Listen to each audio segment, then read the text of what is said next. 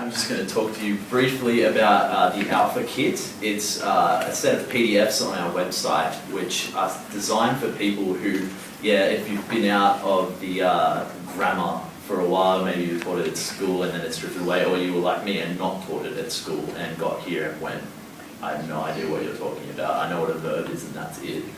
And it's designed to be for people who are doing ancient languages, maybe 2 ancient languages, and it's designed to be as close to all-encompassing as possible. Not all of us have done every possible ancient language who are working on this kit, but it is working towards catering to everybody who is doing an ancient language. So it will be updated, it will be improved, and we want your feedback on it. And I personally have updated about 40 pages of it in the last 2 weeks, and it's a bit more extensive, a bit more ancient language focused as of now. So it's up there for you guys. It's completely free, of course, and I suggest that you keep it next to your stuff. It doesn't replace your textbook, of course, but if you're stuck on a word and it just keeps popping up, just look, give a quick look, and it might be there and might help you. So, wonderful. And just one last thing to help you get set up to really get a hold on grammar is to do modern languages. And I know a few of you are already doing that. That's really great. So there's a lot available at Macquarie. You've got French and German, for instance. There's also Asian languages and more European languages. We recommend you can do introductory courses in French and German, which are like a year or a year and a half, I think. And then there's also special reading courses, which are targeted at reading secondary literature in ancient history in French or German. So these are really good, not just for learning ancient languages, but also for ancient history study in general, because in a few years you'll see that there's a lot of stuff in German and French that you'll need to translate.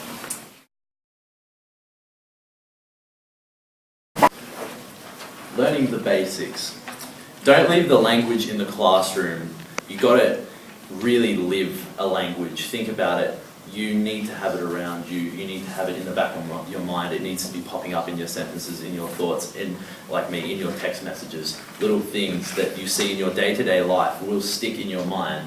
And think about it. Things you see as you walk, to your car or something, you walk from your bed to your desk, those things, they stick in your mind. If you've got something there, like a post-it note, a picture, things like that, with just a bit of fact, maybe a Latin verb or a hieroglyph that you're finding tricky, you'll start to notice that it's actually sticking in your mind a lot. Immerse yourself in the language, as I've said. You need things up around post-it notes, you need to have flashcards going on.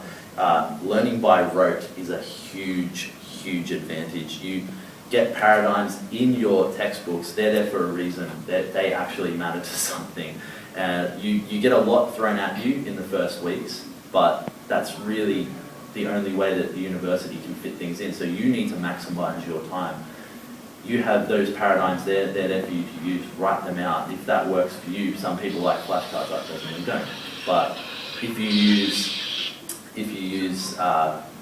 paradigms to your advantage, you'll find that when the teacher is reading out something in the class, you will already know it. It'll be stuck in your mind, and it'll become automatic. Recite things to yourself. These languages used to be spoken, of course, so just reading them on the page is just only one aspect of the language. So get out and talk to them, talk to each other in your classes, talk to each other after classes, tell your parents about stuff. Teaching people is a great way. One of the things I always do is I would take every opportunity, like things like this, to do things where I'm going to be in a position where I have to transmit something rather than receiving it. It uses a different part of your brain, and you'll find that you'll retain knowledge a lot better. Test yourself. Don't just do the bare minimum. Try and go above and beyond like what has been set for you. Don't go forward, but stay within what has been taught, and test yourself on what you already know. Even if it's covering the page where the English translation is in a blurb or something like that, and just trying to see what your memory is holding in your passive knowledge. You have active knowledge and passive knowledge, and try and activate that passive knowledge. One easy way of learning the phonetics, the sounds in an ancient language, write your name.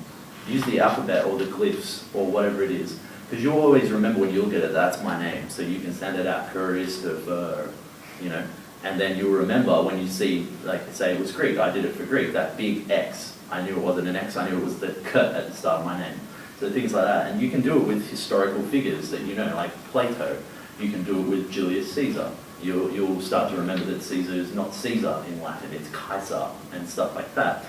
And then from then on, you can go into picking out derivatives in your sentences. You know, you'll start to notice that there are a few vowels in there that are essentially the same in English as they are in, say, Latin or Greek.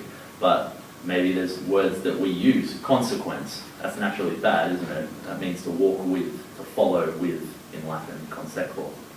So things like that, you'll start to pick them out. If they're in your everyday life, there's so much around you that is speaking to you and that you can learn from. Integrate your languages into your other studies. Ask your history lecturer what the Latin word is for a law. You're always going to hear laws. So it's not going to be a law anymore, you could call it a lex, as that word will come up heaps in Latin.